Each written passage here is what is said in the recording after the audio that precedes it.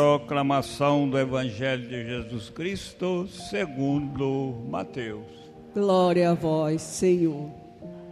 Naquele tempo, Pedro aproximou-se de Jesus e perguntou: Senhor, quantas vezes devo perdoar se meu irmão pecar contra mim? Até 7 vezes? Jesus respondeu: Não te digo até 7 vezes, mas até 70 vezes 7. Porque o reino dos céus é como um rei que resolveu acertar as contas com seus empregados. Quando começou o acerto, trouxeram-lhe um que lhe devia uma enorme fortuna. Como o empregado não tivesse como que pagar, o patrão mandou que fosse vendido como escravo, junto com a mulher e os filhos e tudo que possuía, para que eu pagasse a dívida. O empregado, porém, caiu aos pés do patrão, prostrando, suplicava: Dai-me um prazo e eu te pagarei tudo. Diante disso, o patrão teve compaixão, soltou o empregado, perdoou-lhe a dívida. Ao sair dali, aquele empregado encontrou um dos seus companheiros que lhe devia apenas 100 moedas. Ele o agarrou, começou a sufocá-lo e dizendo: Paga o que me deves. O companheiro caiu aos seus pés, suplicava: Dai-me o tempo e eu te pagarei. Mas o empregado não quis saber disso. Saiu, mandou jogá-lo na prisão, até que eu pagasse o que devia. Vendo o que havia acontecido, os outros empregados ficaram muito tristes, procuraram o patrão e lhe contaram tudo. Então o patrão mandou chamá-lo e lhe disse: Empregado perverso, eu te perdoei toda a tua dívida, porque tu me suplicaste. Não devia também ter compaixão do teu companheiro, como eu tive compaixão de ti? O patrão indignou-se, mandou entregar aquele empregado aos torturadores, até que eu pagasse toda a sua dívida. Assim que o meu Pai que está nos céus fará convosco, se cada um não perdoar de coração o seu irmão. Ao terminar esse discurso, Jesus deixou a Galileia e veio para o território da Judeia, além do Jordão. Palavra da salvação. Glória a vós, Senhor. Perdoai-nos, ó Pai, as nossas ofensas, Como a quem nos ofendeu. se eu não perdoar o meu irmão, o Senhor não me dá o seu perdão. Eu não julgo para não ser julgado. Perdoando é que serei perdoado. Perdoai-nos, ó Pai, as nossas ofensas, como nós perdoamos a quem nos ofendeu. Penso que já deu para entender que o evangelho de hoje, a liturgia de hoje fala de perdão. E não é um assunto ultrapassado, não. Porque quantos de nós precisamos perdoar? Hoje, celebrando a Semana da Família, quanto precisa acontecer nas famílias o perdão? O perdão entre marido e mulher, entre pais e filhos, o perdão entre os irmãos, o perdão entre os primos, familiares. Quanto precisamos de perdão?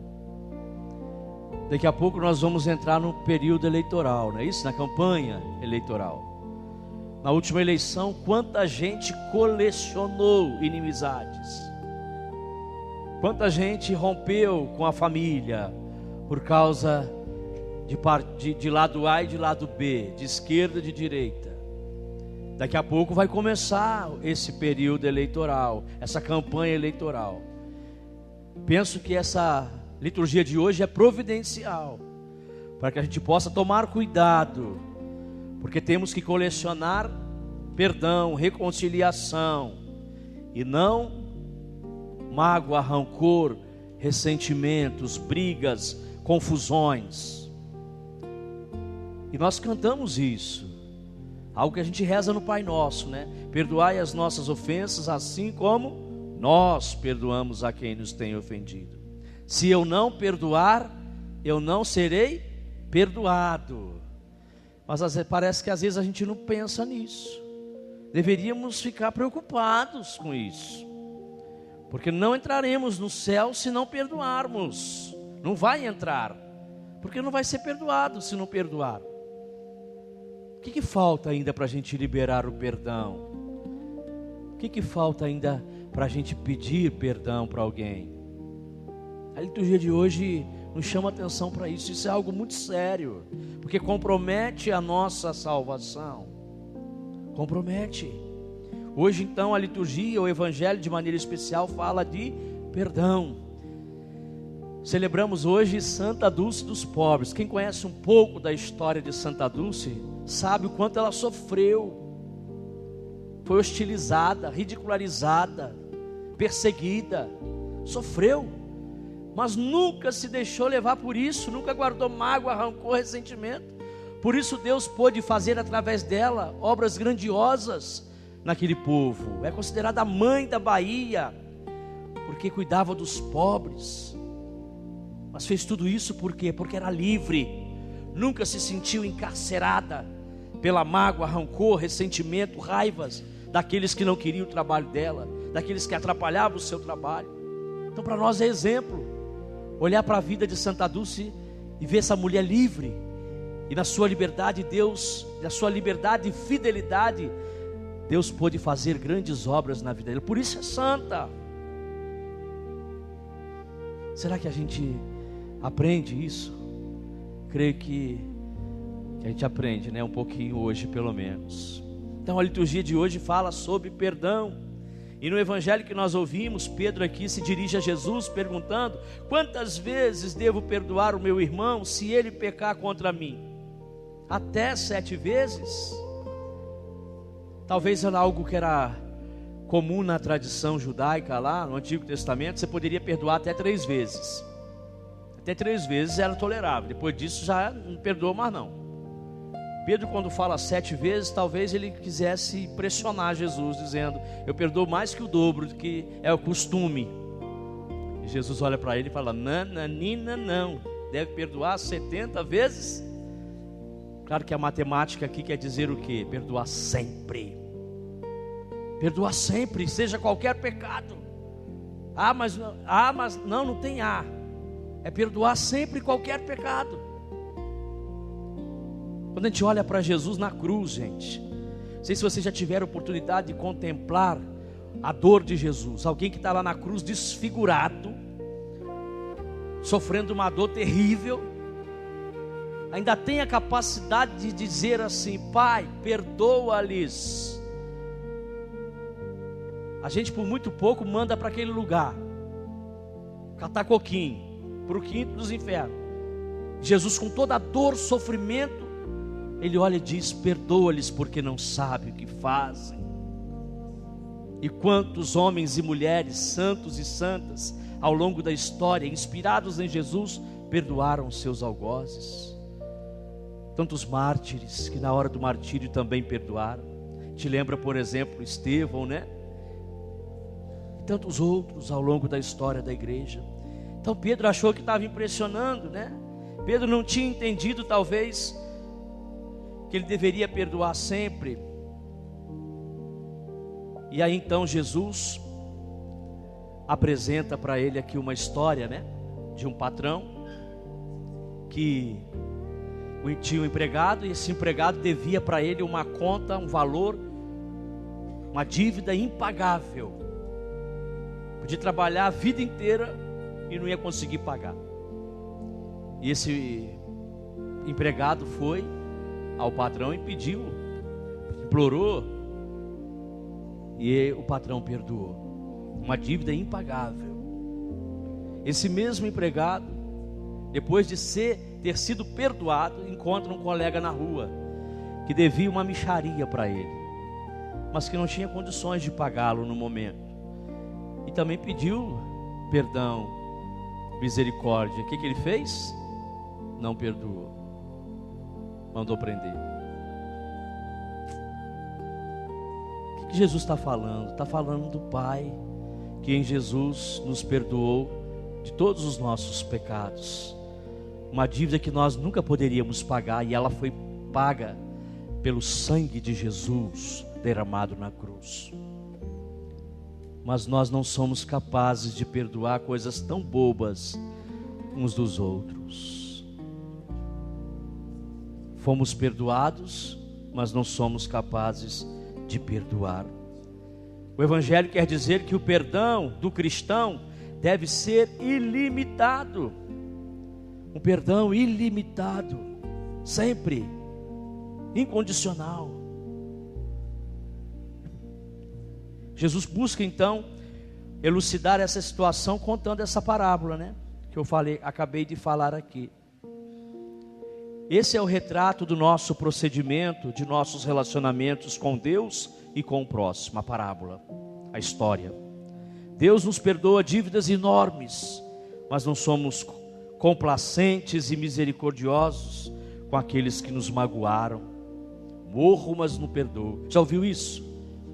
Quando vem na confissão e fala, padre, só Deus pode perdoar. Não, você que tem que perdoar. Deus perdoa sempre, Ele é misericórdia.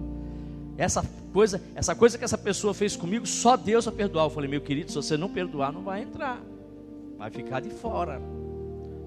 Deus é misericórdia infinita, Ele perdoa até você.